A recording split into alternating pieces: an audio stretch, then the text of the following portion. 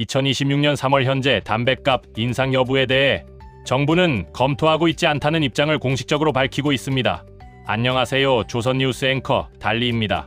또한 정부는 전체 담뱃값을 올리는 대신 세금을 안 내던 액상형 전자담배에 세금을 매기는 방향으로 먼저 손을 댈 가능성이 큽니다. 안녕하세요. 조선뉴스 앵커 달덩입니다. 오늘은 조금 특별한 이야기를 준비했습니다. 지금 이 순간에도 우리 주변에서 쉽게 볼 수 있는 물건, 하지만 조선시대에는 전혀 다른 의미를 가졌던 존재, 바로 담배입니다. 지금은 단순한 기호품이지만 조선에서는 이 담배 하나가 경제, 신분, 권력, 그리고 국가 재정까지 흔들었습니다. 한때 금값과 맞먹던 물건이 어떻게 국민 기호품이 되었는지, 그리고 어떻게 권력과 갑질의 도구가 되었는지, 지금부터 연기의 경제학, 조선을 뒤흔든 담배의 모든 이야기를 시작합니다. 지금은 편의점에서 쉽게 살 수 있는 이 담배가 과거에는 금이나 은과 맞먹는 가치로 거래되었다면 쉽게 믿기 어려우실 텐데요. 하지만 당시 기록을 보면 이 이야기는 결코 과장이 아닙니다. 시계를 17세기 초로 돌려보겠습니다. 광해군에서 인조 시기로 이어지는 이 시기, 담배는 조선에 막 들어온 새로운 물건이었습니다. 이른바 신기한 외래품이었던 담배는 처음부터 매우 높은 가격에 거래되었고 자연스럽게 누구나 접근할 수 없는 희귀한 사치품으로 자리 잡게 됩니다.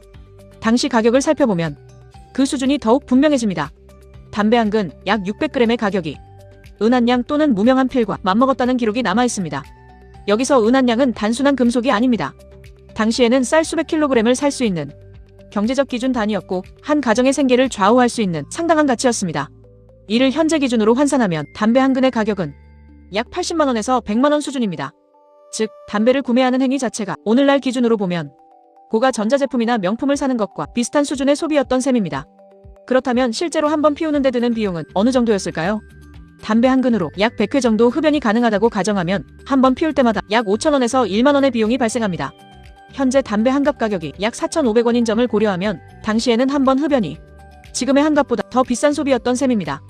이 정도라면 담배는 단순한 기호품이 아니라 극소수만 누릴 수 있는 상징적 소비재였습니다. 실제로 당시에는 담배를 금이나 은과 교환했다는 기록까지 등장합니다.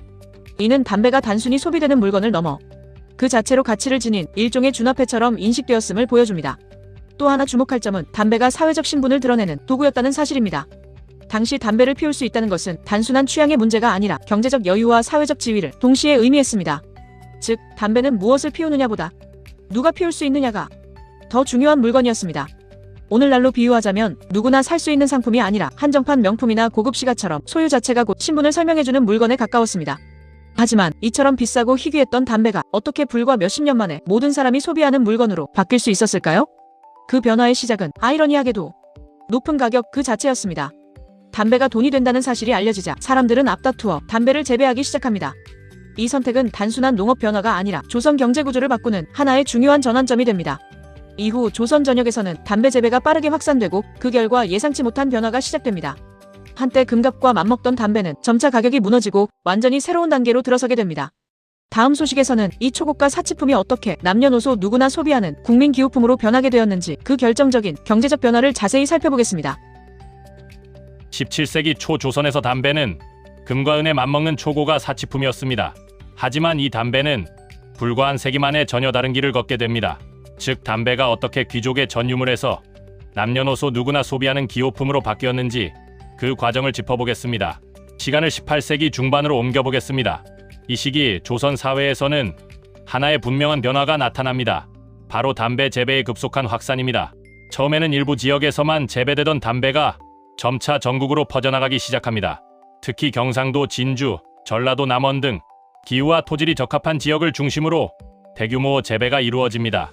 이 지역들은 이후 담배 생산의 중심지로 자리 잡게 됩니다. 그렇다면 왜 이렇게 빠르게 확산됐을까요? 핵심은 단 하나, 수익성이었습니다. 조선 후기 기록을 보면 담배 농사는 당시 어떤 작물보다도 훨씬 높은 수익을 가져다주는 작물이었습니다.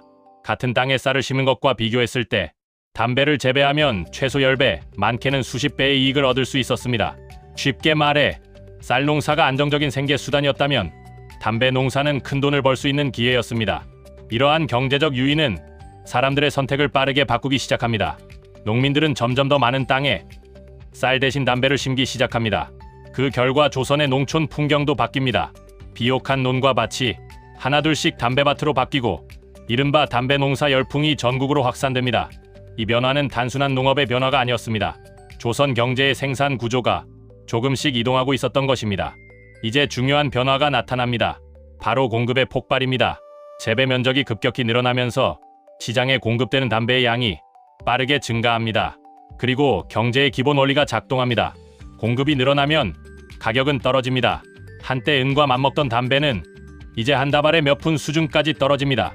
이제 담배는 더 이상 특정 계층만의 물건이 아닙니다. 가격이 낮아지면서 자연스럽게 소비층이 확대됩니다. 남녀노소를 가리지 않고 담배를 피우는 모습이 일상적인 풍경으로 자리 잡기 시작합니다. 특히 주목할 점은 이 변화가 매우 빠르게 진행되었다는 것입니다. 불과 몇십 년 사이에 초고가 사치품이 일상 소비재로 전환된 것입니다. 이제 담배는 선택이 아닌 습관, 나아가 생활의 일부가 됩니다. 담배를 더 많이 생산하고 더 많이 소비하게 되면서 자연스럽게 이를 유통하고 판매하는 구조가 형성됩니다. 박물장수들이 담배를 들고 마을 곳곳을 돌아다니며 판매하기 시작하고 한양에는 연초전이란 전문 상점이 등장해 대량 거래가 이루어집니다. 이제 담배는 단순한 농산물이 아니라 전국 단위로 유통되는 하나의 산업이 됩니다. 여기서 끝나지 않습니다. 담배는 이제 또 다른 역할을 하게 됩니다. 단순히 소비되는 물건이 아니라 돈을 버는 수단으로 변화하기 시작하는 것입니다. 다음 소식에서는 담배가 어떻게 투자와 유통의 중심이 되었는지, 그리고 조선 경제 속에서 어떤 돈의 흐름을 만들어냈는지 더 자세히 살펴보겠습니다. 담배는 초고가 사치품에서 시작해 대량 생산을 거치며 남녀노소 누구나 소비하는 기호품으로 자리 잡았습니다. 그런데 여기서 끝이 아닙니다. 이제부터 담배는 단순히 소비되는 물건을 넘어 본격적으로 돈을 만들어내는 자산, 즉 하나의 경제 상품으로 변하기 시작합니다. 이 변화의 핵심은 의외로 단순한 지점에서 시작됩니다. 바로 지역 간 가격 차이입니다. 조선은 오늘날처럼 유통망이 촘촘하게 연결된 사회가 아니었습니다. 도로 사정도 좋지 않았고 물류 시스템 역시 제한적이었습니다. 그 결과 같은 물건이라도 어디에서 사느냐에 따라 가격이 크게 달라지는 일이 흔했습니다. 담배 역시 예외가 아니었습니다. 담배가 많이 생산되는 지역에서는 가격이 매우 낮았지만 소비가 집중되는 한양과 같은 대도시에서는 가격이 훨씬 높게 형성되었습니다. 이 차이를 눈여겨본 사람들이 있었습니다. 바로 상인들입니다. 그들은 단순히 물건을 파는 수준을 넘어 가격 차이를 이용해 이익을 만들어내는 방식에 주목했습니다. 실제 기록을 보면 이러한 거래가 얼마나 큰 수익을 가져왔는지 확인할 수 있습니다. 영조식의 한 상인은 지방에서 500량의 담배를 구매한 뒤 이를 한양으로 운반해 3,000량에 판매했습니다. 무려 6배의 차익입니다. 오늘날 기준으로 보면 이 정도 수익률은 고위험 투자나 투기 시장에서나 볼 수 있는 수준입니다. 이 사례는 단순한 예외가 아닙니다. 당시 담배 거래는 이와 유사한 방식으로 전국 곳곳에서 이루어지고 있었습니다. 즉, 담배는 더 이상 피우기 위한 물건이 아니라 사서 되팔면 돈이 되는 상품, 즉 투자 대상이 된 것입니다. 어디에서 싸게 사고 어디에서 비싸게 팔 수 있는지를 계산하며 움직였습니다. 농촌에서 생산된 담배는 못다리상과 상인들을 통해 도시로 이동하고 한양에서는 이를 전문적으로 판매하는 시장과 상점이 형성됩니다. 상인들은 유통을 통해 새로운 부를 축적하게 됩니다. 그리고 그 중심에는 언제나 담배가 있었습니다. 하지만 이 돈이 되는 구조는 또 다른 문제를 낳기 시작합니다. 다음 소식에서는 이 담배 열풍이 어떤 부작용을 낳았는지, 그리고 조선 경제가 어떻게 왜곡되기 시작했는지 자세히 살펴보겠습니다. 조선시대 담배는 단순한 기호품을 넘어 돈이 되는 상품, 즉 하나의 경제 자산으로까지 발전했습니다. 하지만 이처럼 빠르게 성장한 산업에는 항상 그 이면이 존재하기 마련입니다. 오늘은 담배 열풍이 가져온 또 다른 모습, 즉 중독과 경제 구조의 왜곡에 대해 살펴보겠습니다. 먼저 가장 직접적인 문제는 바로 과도한 소비였습니다. 기록에 따르면 조선 후기에는 담배 소비가 급격히 증가하면서 일상생활에까지 영향을 미치기 시작합니다. 단순히 여유가 있을 때 즐기는 기호품이 아니라 하루에도 여러 차례 반복적으로 소비되는 습관적 소비재로 변한 것입니다. 특히 눈에 띄는 부분은 가계 지출 구조의 변화입니다. 숙종 시기의 기록을 보면 8인 가족이 하루에 사용하는 담배값이 신문에 달했다는 내용이 등장합니다. 이는 단순한 취미 지출을 넘어 생활비에서 상당한 비중을 차지하는 수준입니다. 더 극단적인 사례도 있습니다. 사대부 계층에서는 한 사람의 담배 비용이 두 사람의 식비와 맞먹었다는 기록이 남아 있습니다. 즉, 먹는 것보다 피우는데 더 많은 돈을 쓰는 상황이 실제로 발생하고 있었던 것입니다. 이러한 현상은 단순한 소비 증가를 넘어 중독이라는 문제로 이어집니다. 사람들은 점점 더 담배에 의존하게 되었고, 심지어 끼니를 걸으면서도 담배를 포기하지 않는 경우까지 나타났습니다. 이 시점에서 담배는 더 이상 선택이 아닌 일종의 필수 소비처럼 작용하기 시작합니다. 그리고 이 중독은 개인의 문제를 넘어 경제 전체에 영향을 미치기 시작합니다. 담배는 매우 높은 수익을 가져다주는 작물이었습니다. 이 때문에 농민들은 점점 더 많은 땅에 담배를 재배하기 시작합니다. 쌀을 심어야 할 비옥한 논까지 담배밭으로 바뀌기 시작한 것입니다. 조선 사회의 기반이었던 식량 생산 구조 자체가 흔들리기 시작한 것입니다. 실제로 정조는 이러한 상황을 매우 심각하게 인식했습니다. 그는 기록에서 먹을 곡식을 심어야 할 땅에 담배만 가득하다는 우려를 직접 표현하기도 했습니다. 이는 단순한 농업 문제가 아니라 국가 전체의 안정성과 직결된 문제였기 때문입니다. 곡물 생산이 줄어들면 당연히 식량 가격이 상승합니다. 그리고 그 부담은 고스란히 서민들에게 돌아갑니다. 결국 한쪽에서는 담배 농사로 큰돈을 버는 사람들이 등장하고 다른 한쪽에서는 식량 가격 상승으로 어려움을 겪는 사람들이 늘어나는 경제적 격차가 발생합니다.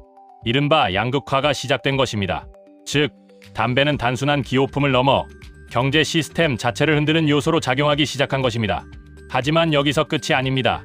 이처럼 소비와 생산이 폭발적으로 증가하면서 담배는 또 다른 방향으로 진화하게 됩니다. 바로 산업입니다. 다음 소식에서는 이 담배 열풍이 어떻게 새로운 직업을 만들고 조선 사회에 어떤 고용 효과를 만들어냈는지 자세히 살펴보겠습니다. 조선시대 담배는 단순한 기호품을 넘어 경제 구조를 흔드는 존재로까지 성장했습니다. 하지만 이 변화는 부정적인 영향만 가져온 것은 아니었습니다. 담배 열풍이 만들어낸 또 하나의 변화, 바로 일자리와 산업의 탄생에 대해 살펴보겠습니다. 먼저 당시 사회 분위기부터 보겠습니다. 조선시대 담배는 오늘날 스마트폰 보급에 비견될 정도로 빠르게 확산된 소비재였습니다. 그리고 중요한 점은 그 소비층이 특정 계층에 국한되지 않았다는 것입니다. 기록에 따르면 성인뿐 아니라 어린아이들까지 담배를 피우는 모습이 나타났습니다. 심지어 서구 선교사들은 젖을 떼자마자 담배를 피운다는 표현까지 남겼습니다. 이처럼 수요가 폭발적으로 증가하면서 담배는 단순한 농산물이 아니라 하나의 거대한 산업으로 발전하게 됩니다. 그리고 산업이 생기면 그에 따라 새로운 직업도 등장합니다. 가장 대표적인 직업이 바로 연절한, 즉 담배를 써는 아이입니다. 당시 담배는 지금처럼 기계로 가공되는 것이 아니라 손으로 직접 잘게 썰어야 했습니다. 이 과정에는 일정한 기술이 필요했고 이를 전문적으로 수행하는 사람들이 등장하게 됩니다. 한양거리에는 담배를 써는 가게들이 줄지어 들어섰고 이른바 전문 커터들은 하루 종일 담배를 써는 일을 하며 안정적인 수입을 얻는 노동자로 자리 잡았습니다. 또 다른 직업도 등장합니다. 바로 담배대를 만드는 장인, 연죽장입니다. 담배 소비가 늘어나면서 이를 피우기 위한 도구의 수요도 함께 증가했고 자연스럽게 관련 공예 산업이 발전하게 됩니다. 특히 양반층에서는 담뱃대를 단순한 도구가 아니라 신분을 드러내는 장식품으로 사용했습니다. 이 때문에 은이나 백동으로 만든 화려한 담뱃대, 옥으로 장식된 고급 제품들이 등장하며 관련 공예 기술 역시 크게 발전하게 됩니다. 상류층에서는 또 다른 형태의 직업도 등장합니다. 바로 연동, 즉 담배를 관리하고 불을 붙여주는 수행원입니다. 양반들은 직접 담배를 들거나 불을 붙이지 않았고 이를 대신해주는 사람을 따로 두었습니다. 이는 단순한 편의 제공이 아니라 신분과 권위를 드러내는 방식이었으며 동시에 새로운 고용 형태를 만들어냈습니다. 이처럼 담배 산업은 단순한 소비 증가를 넘어 조선 사회 전반에 걸쳐 다양한 일자리를 만들어냅니다. 또 하나 주목할 점은 담배 농사를 통해 큰 돈을 번 농민들이 이른바 분홍으로 성장하면서 기존의 신분 질서에도 변화가 나타나기 시작합니다. 경제력이 곧 영향력으로 이어지는 새로운 흐름이 형성된 것입니다. 즉, 담배는 단순한 기호품을 넘어 사람들의 삶과 직업, 그리고 사회 구조까지 바꾸는 핵심 산업으로 자리 잡은 것입니다. 하지만 이 산업의 성장과 함께 또 다른 변화가 나타나기 시작합니다. 바로 과시입니다. 양반들이 담배를 통해 어떻게 신분과 권력을 드러냈는지 이른바 담배 플렉스 문화에 대해 자세히 살펴보겠습니다. 이제부터 담배가 어떻게 권력과 신분을 드러내는 도구로 변하게 되었는지 그 상징적인 사례를 살펴보겠습니다.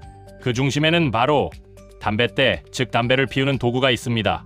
조선 후기 양반 사회에서는 담배대의 길이가 점점 길어지는 현상이 나타납니다.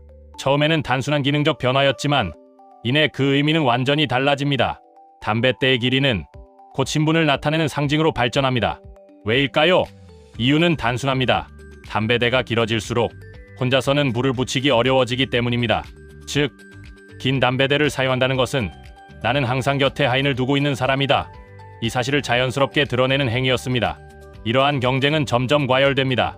기록에 따르면 담배대의 길이가 약 60에서 90cm에 달하는 경우도 있었습니다.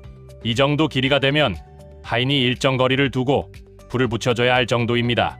이제 담배는 단순히 피우는 물건이 아니라 하인을 통해 예전처럼 소비되는 대상이 된 것입니다. 여기서 끝이 아닙니다. 담배대는 점점 더 화려해지기 시작합니다. 서민들이 나무나 대나무 만든 담뱃대를 사용한 것과 달리 양반들은 백동이나 은으로 담배대를 제작했습니다. 그리고 그 위에는 매와 대나무, 거북이 같은 문양을 정교하게 새기고 입을 대는 부분에는 옷과 같은 값비싼 장식까지 더해졌습니다. 이제 담뱃대는 단순한 도구가 아니라 완전히 하나의 사치품, 그리고 패션 아이템으로 발전합니다. 오늘날로 비유하면 명품 시계나 고급 액세서리처럼 자신의 지위를 보여주는 물건과 같은 역할을 했습니다. 이러한 현상은 사회적 거리감까지 만들어냅니다. 긴 담배대를 물고 있으면 자연스럽게 다른 사람과 거리가 생기게 됩니다. 이는 단순한 물리적 거리 이상의 의미를 가졌습니다. 아무나 가까이 할 수 없는 사람이라는 심리적 거리, 즉 권위의 표현이었던 것입니다. 하지만 이처럼 과도한 사치와 과시는 결국 문제로 이어집니다. 국가가 개입하기 시작한 것입니다. 조선 정부는 담뱃대의 길이와 재질을 제한하고 은이나 금 같은 금속 사용을 금지하는 사치 규제 정책을 시행합니다. 이 조치는 단순히 사치를 줄이자는 도덕적 이유 때문만은 아니었습니다. 더 중요한 이유는 경제적인 문제였습니다. 담뱃대 장식에 사용되는 금속은 화폐를 만들거나 국가 산업에 사용되어야 할 중요한 자원이었습니다. 하지만 이러한 자원이 사치품 제작에 사용되면서 국가 재정에도 부담이 생기기 시작한 것입니다. 즉, 담뱃대 문제는 개인의 취향이 아니라 국가 경제와 직결된 문제로 확대됩니다.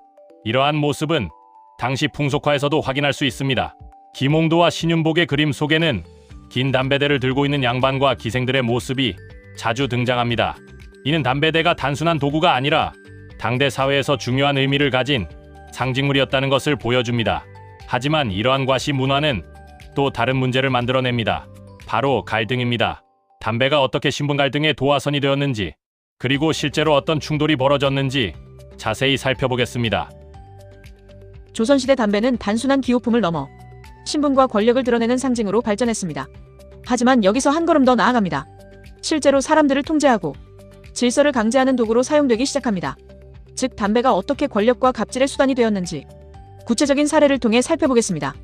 담배가 처음 조선에 들어왔을 당시에는 신분이나 나이에 관계없이 비교적 자유롭게 담배를 피울 수 있었습니다. 하지만 담배가 전국적으로 확산되고 누구나 사용할 수 있게 되자 양반 계층은 이 담배를 새로운 질서 유지 장치로 활용하기 시작합니다.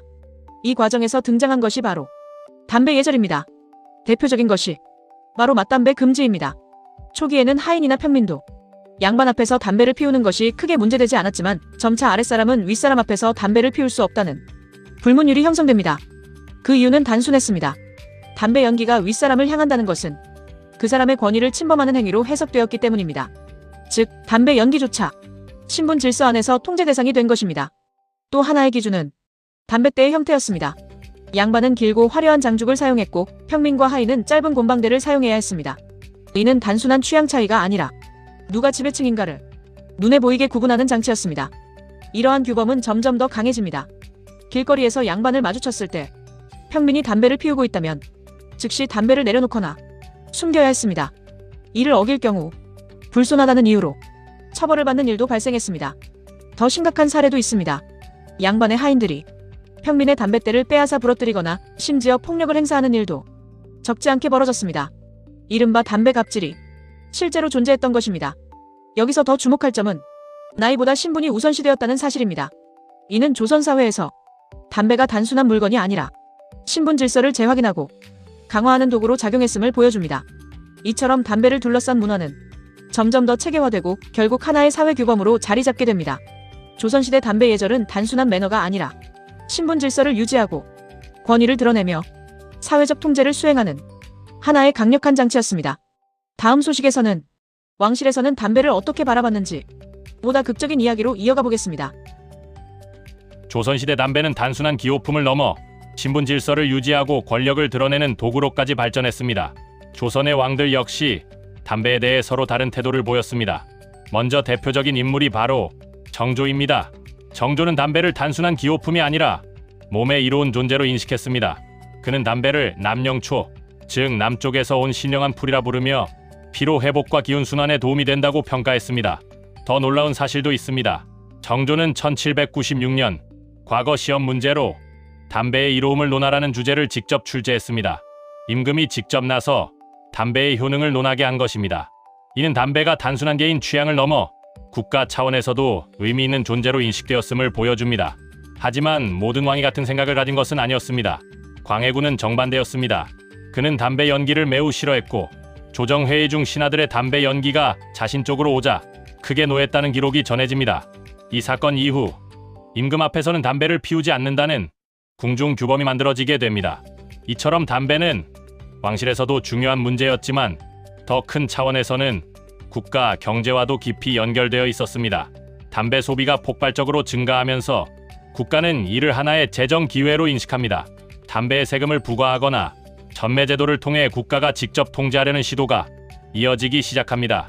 특히 연초정과 같은 시전을 통해 독점 판매권을 부여하고 그 대가로 물품을 납부하게 하는 방식은 오늘날의 담배세와 매우 유사한 구조입니다. 조선 말에는 담배가 국가 재정과 직결되는 사건이 일어납니다. 나라가 위기에 처했던 시기, 일본에 진 막대한 빚을 갚기 위해 국민들이 선택한 방법이 있었습니다. 바로 담배를 끊자는 운동입니다. 담배값을 아껴 나라를 살리자는 이른바 국채보상운동이 전국적으로 확산됩니다. 이 장면은 매우 상징적입니다.